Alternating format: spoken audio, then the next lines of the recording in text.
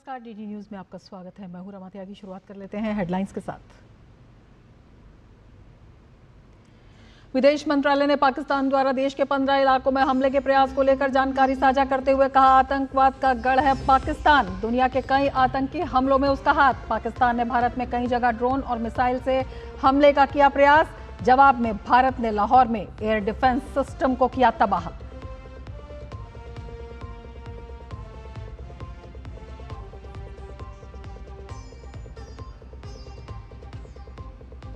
पाकिस्तान में आतंकी अड्डों को ध्वस्त किया जाना हमारे लिए गौरव का पल। रक्षा मंत्री राजनाथ सिंह ने सेना के साहस और शौर्य को बताया बेमिसाल।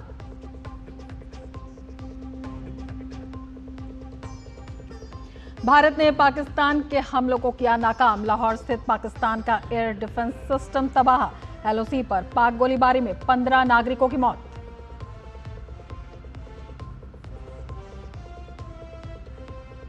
राष्ट्रीय सुरक्षा पर प्रधानमंत्री नरेंद्र मोदी ने की उच्च स्तरीय बैठक। आपातकाल स्थिति से निपटने के लिए मंत्रालयों की योजना और तैयारी की समीक्षा।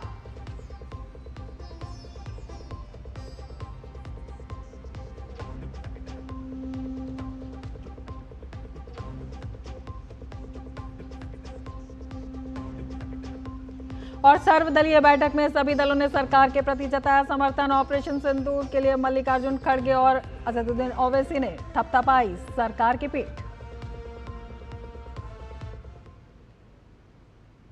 और अब देख लेते हैं विस्तार से समाचार। विदेश मंत्रालय ने पाकिस्तान द्वारा देश के 15 इलाकों में हमले के प्रयास को लेकर मीडिया को जानकारी दी। कर्नल सोफिया कुरैशी ने बताया कि 7 से 8 मई की रात को पाकिस्तान ने ड्रोन और मिसाइलों का उपयोग करके 15 इलाकों सहित उत्तरी और पश्चिमी भारत में कई सैन्य ठिकानों को निशाना बनाने का विफल प्रयास किया। पाकिस्तान के हमले को एकीकृत काउंटर, यूएस ग्रिड और वायु रक्षा प्रणालियों द्वारा निष्प्रभावी कर दिया गया। कर्नल सोफिया कुरैशी ने बताया कि इन हमलों के मलबे कई स्थानों से बरामद किए जा रहे हैं, जो पाकिस्तानी हमलों को साबित करते हैं।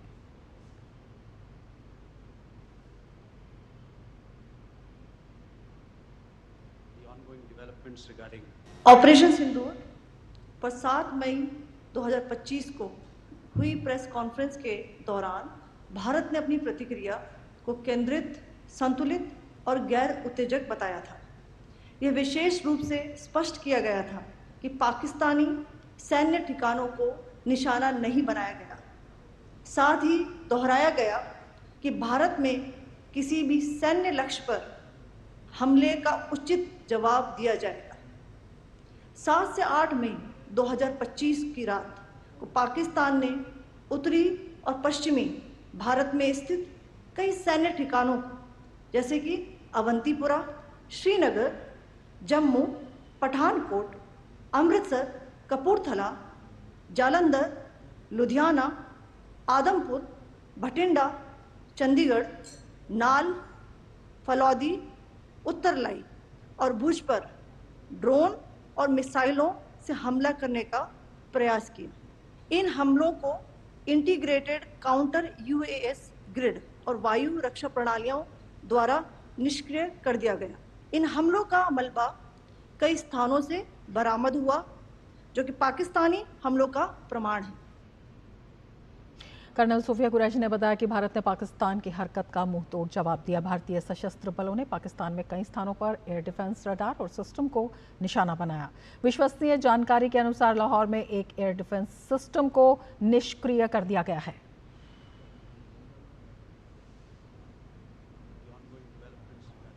आज सुबह भारतीय सशस्त्र बलों ने पाकिस्तान के कई स्थानों पर वायु रक्षा रडार और प्रणालियों को निशाना बनाया। भारत की प्रतिक्रिया समान क्षेत्र में समान तीव्रता के साथ की गई। यह विश्वसनीय रूप से ज्ञात हुआ कि लाहौर में स्थित एक वायु रक्षा प्रणाली को निष्क्रिय कर दिया गया। विदेश सचिव विक्रम मिस्री ने पाकिस्तान के झूठ का पर्दाफाश करते हुए बताया कि 22 अप्रैल को पहलगाम पर आतंकी हमले से तनाव शुरू हुआ, जिसका हमने जवाब दिया। विदेश सचिव ने कहा कि दिलचस्प बात यह है कि संयुक्त राष्ट्र सुरक्षा समिति में पहलगाम को लेकर बयान जारी करते वक्त TRF का नाम शामिल करने का पाकिस्तान ने विरोध किया। भारत ने जो जवाब दिया है वो सटीक, नियंत्रित और केंद्रित है।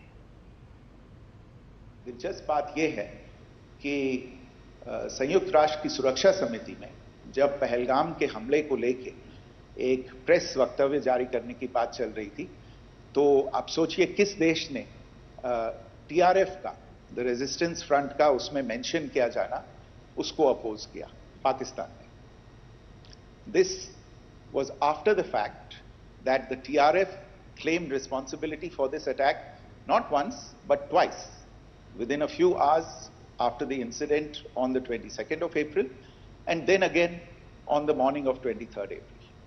And it is perhaps only after the full gravity of the incident was realized by its masters and handlers across the border that it was managed to back off from this claim. Pahalgam हमले को लेकर Brazil के राष्ट्रपति Lula D सिल्वा ने प्रधानमंत्री मोदी से phone पर बात की और मारे गए लोगों के प्रति संवेदना प्रकट की। इसके बारे में भारतीय विदेश मंत्रालय ने सोशल मीडिया प्लेटफॉर्म एक्स पर जानकारी देते हुए लिखा, ब्राजील के राष्ट्रपति लुला डी सिल्वा ने प्रधानमंत्री नरेंद्र मोदी को फोन किया और भारत के पहलगाम में हुए आतंकवादी हमले में मारे गए लोगों के प्रति संवेदना व्यक्त की। उन्होंने आतंकवाद के खिलाफ लड़ाई में ब्राजील के साथ समर्थन और एकजुटता व्यक्त की। प्रधानमंत्री ने राष्ट्रपति लुला डी सिल्वा को उनकी संवेदनाओं के लिए धन्यवाद दिया। दोनों नेताओं ने ब्राजील ब्रिटिश द्विपक्षीय रणनीतिक साझेदारी को मजबूत करने की अपनी प्रतिबद्धता दोहराई। भारत ने इस वर्ष ब्रिक्स की अध्यक्षता के लिए ब्राजील को शुभकामनाएं दी। पहलगाम हमले के जवाब में भारत के मिसाइल हमलों के बाद पाकिस्तान बौखला गया है। अपनी बौखलाहट में उसने भारत के कई अग्रिम स्थानों पर गोलाबारी करने के साथ ही भारत के 15 सैन्य ठिकानों पर मिसाइल से हमला करने की कोशिश की। हालांकि भारतीय सेनाओं की जवाबी कार्रवाई में पाकिस्तान को काफ़ी खामियाजा उठाना पड़ा है। भारत की सीमा से सटे पाकिस्तान के सबसे बड़े शहर लाहौर में उसे काफ़ी नुकसान पहुंचा है। भारत ने लाहौर में पाकिस्तान का एयर डिफेंस सिस्टम पूरी तरह ध्वस्त कर दिया है। सूत्रों के मुताबिक पाकिस्तानी सेना के HQ-9 missile defence system units को ड्रोन हमलों में भारी नुकसान हुआ। सरकार की ओर से जारी बयान के मुताबिक माहौल को और तनावपूर्ण बनाने की पाकिस्तान की कोशिशों को नाकाम कर दिया गया है। साथ ही भारत ने पाकिस्तान की हरकतों का माकूल जवाब दिया है। बयान में आगे बताया गया है कि 7 और 8 मई की दरमियानी रात को पाकिस्तान ने ड्रोन और मिसाइलों का उपयोग करके अवंतीपोरा, श्रीनगर, जम्मू, पठानकोट, अमृतसर, कपूरथला, जालंधर, लुधियाना, आदमपुर, भटिंडा, चंडीगढ़, नलफलोदी, उत्तरलाई और भुज सहित उत्तरी और पश्चिमी भारत में कई सैन्य ठिकानों पर हमला करने की कोशिश की। इन हमलों को काउंटर यूएस ग्रिड और एयर डिफेंस सिस्टम द्वारा बेअसर कर दिया गया।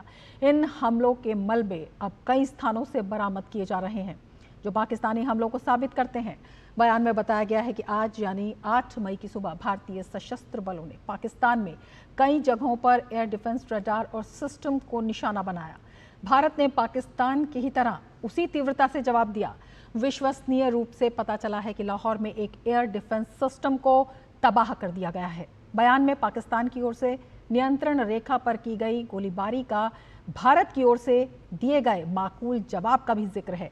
बयान में बताया गया है कि पाकिस्तान नियंत्रण रेखा स्थित जम्मू कश्मीर के कुपवाड़ा, बारामूला, उरी, पुंछ, मेंढर और राजौरी सेक्टर में मोर्टार से गोले दाग रहा है।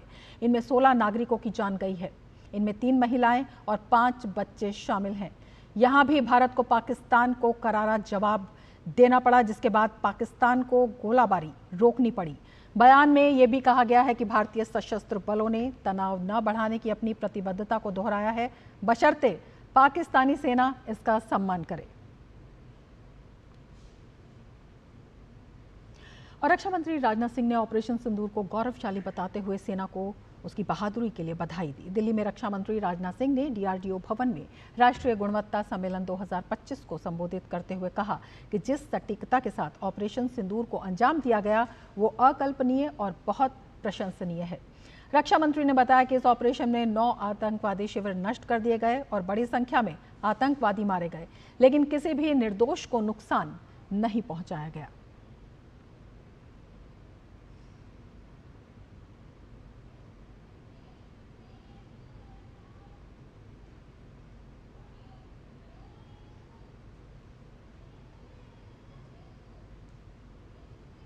हमारी आर्म्ड फोर्सेज ने कल जो कार्रवाई की है,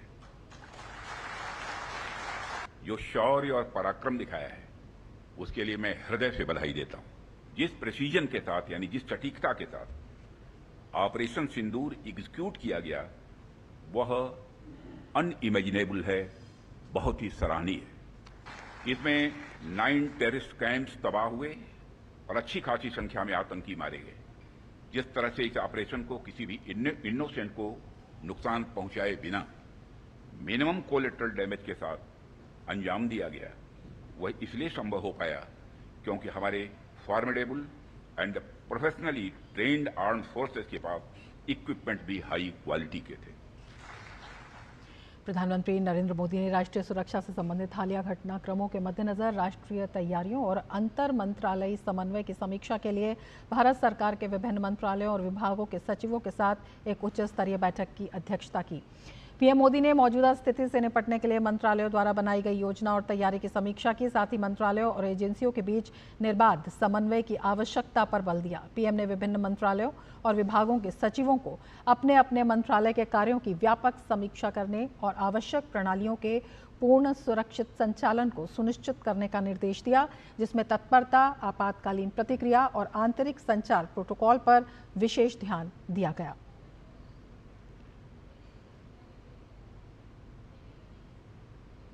आगे बढ़ेंगे, लेकिन उससे पहले लेते हैं एक ब्रेक। आप देखते रहिए डीडी न्यूज। अब आराम से पेमेंट करो, मेरे अकाउंट से हो जाएगा। तुझसे मांग तो लेती हूँ, तू कहाँ जा रही है? मम्मा, घर के बड़े हो, मांगने की नौबत नहीं आनी चाहिए। अपनों को दीजिए बिना बैंक अकाउंट के भी पेमेंट्स की आजादी, उनकी भाषा में। भीम, भारत का भरोसा, भारत का अपना पेमेंट्स ऐप। जो लक्ष्य चुना था समझ आने लगा है।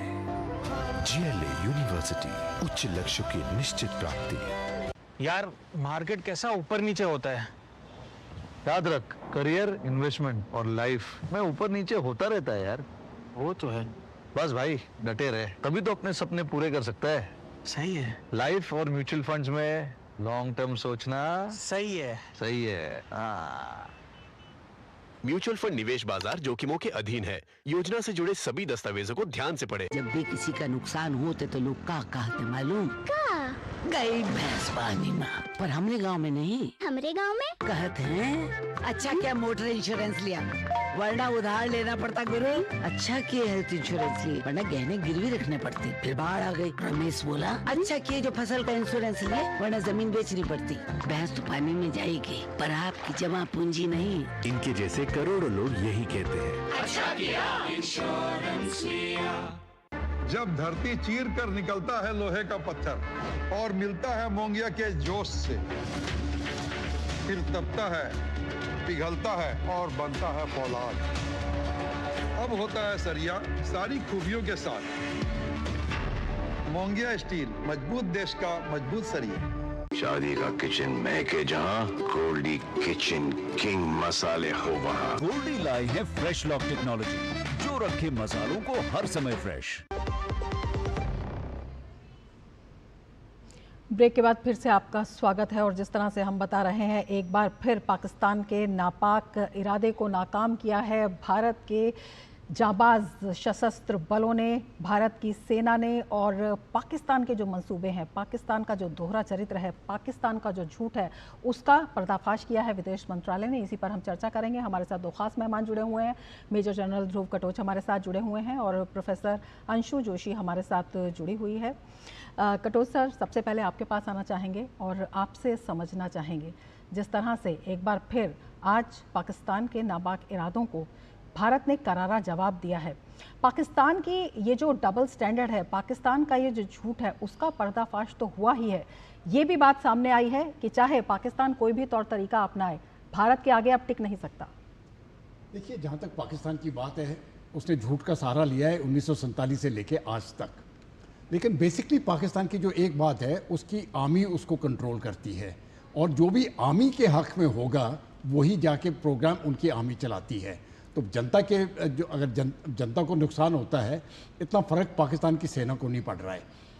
अभी पिछले 24 घंटों के अंदर जब उन्होंने कल रात को मिसाइल्स और ड्रोन्स के साथ 15 से ज़्यादा स्थानों के ऊपर हमला करने की कोशिश की, तो देखिए एक भी सफल नहीं हुआ।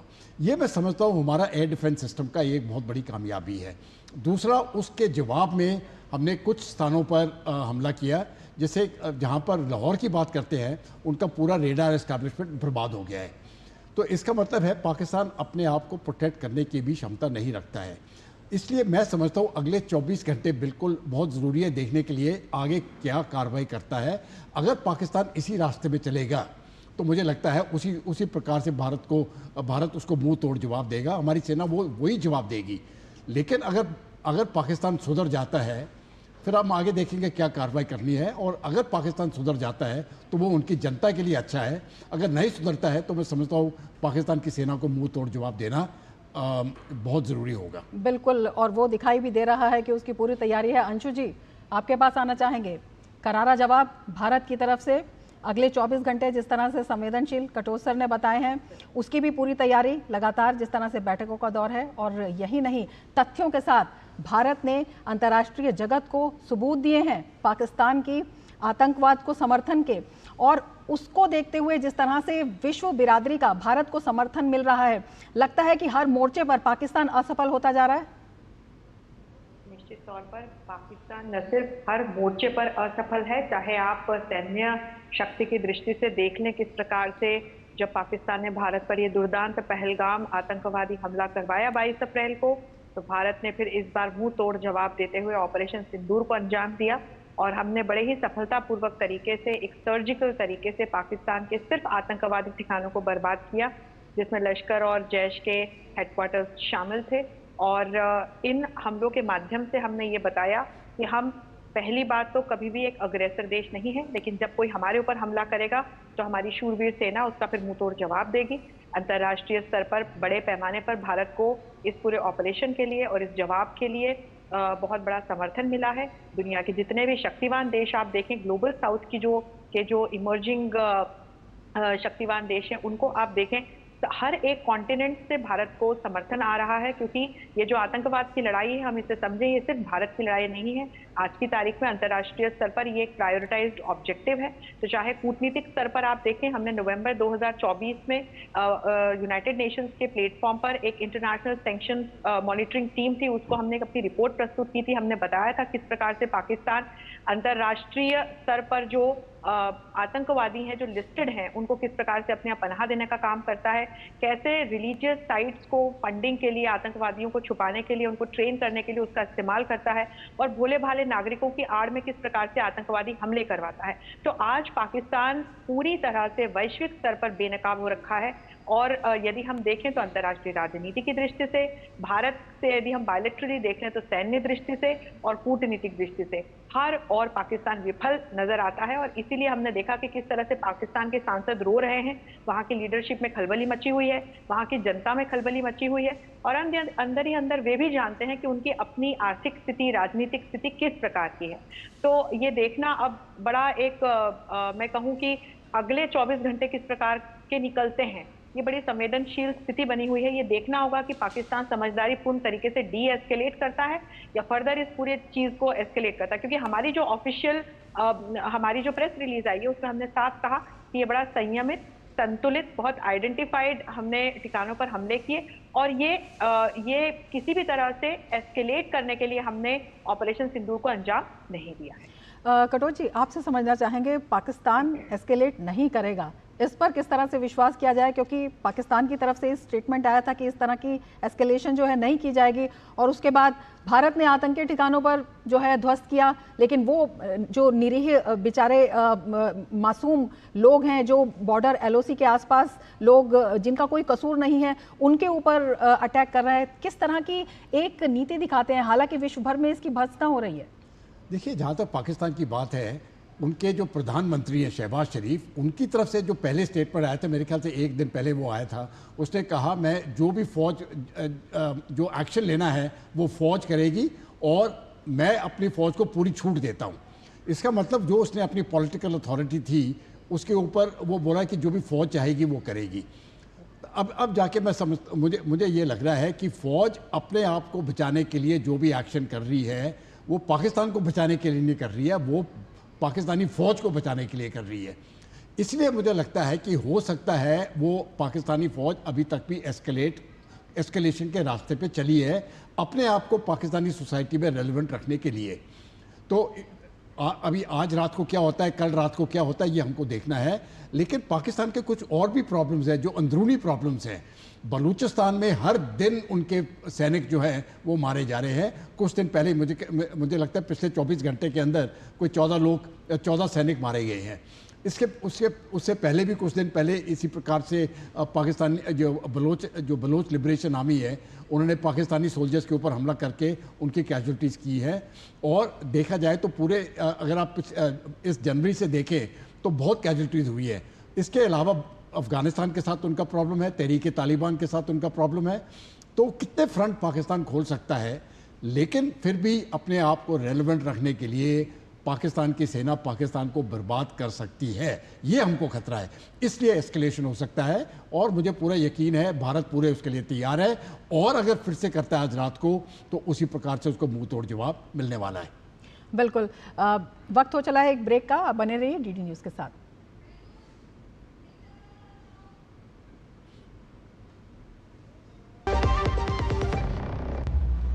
जहां सपनों को मिलते हैं पंख, नालसा देता है अधिकार का संग। गरिमा से काम सुरक्षित रहेंगे, ना हो भय ना उत्पीड़न से। एक बात कहनी है आप सभी से, इनफैक्ट ये बात हमें मिलके कहनी चाहिए, टुगेदर। हर काम का एक माहौल होता है, रिस्पेक्ट, सेफ्टी, डिग्निटी।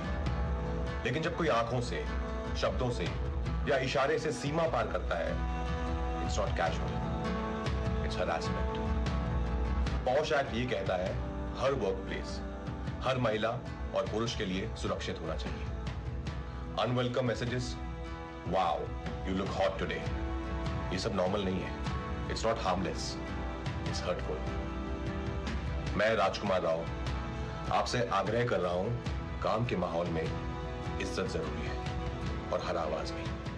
मिलकर बढ़ें, बढ़ाएं हाथ, नालसा का सहयोग है साथ। कार्यस्थल बनाए न्याय संगत, सम्मान और समानता हो अनंत। चुप मत रहो, you are not alone, NALSA आपके साथ है। पौष का कानूनी हक आपका साथ देता है। कानूनी सलाह चाहिए? Call NALSA helpline 15100। Let's make work places safer together.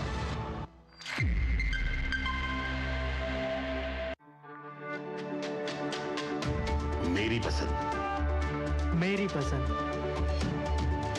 मेरी पसंद, मेरी पसंद,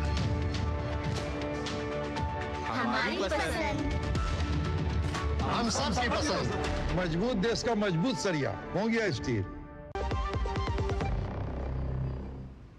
ब्रेक के बाद फिर से आपका स्वागत है। भारत की कार्रवाई को लेकर पाकिस्तान भले ही वैश्विक मंच पर विक्टिम कार्ड खेलकर समर्थन जुटाने की नाकाम कोशिश में लगा हो, लेकिन प्रधानमंत्री मोदी के निर्णय को पूरी दुनिया का साथ मिल रहा है। पश्चिमी शक्तियां और शीर्ष नेता भारत की कार्रवाई का समर्थन कर रहे हैं।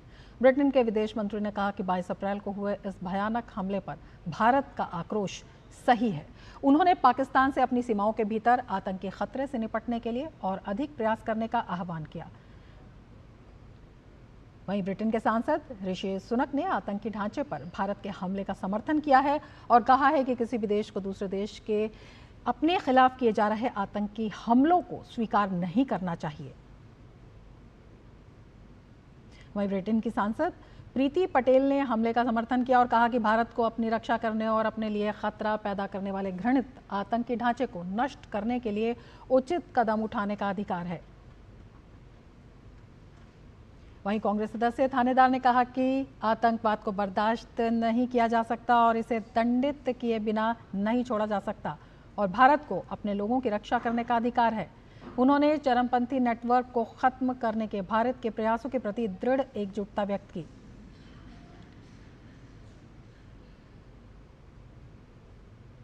फ्रांस के विदेश मंत्री ने आतंकवाद से खुद को बचाने की भारत की इच्छा के बारे में अपनी समझ व्यक्त की। फ्रांस के विदेश कार्यालय ने एक आधिकारिक बयान में 22 अप्रैल को पहलगाम में हुए आतंकवादी हमले की निंदा की और भारत के साथ अपनी पूरी एकजुटता व्यक्त की।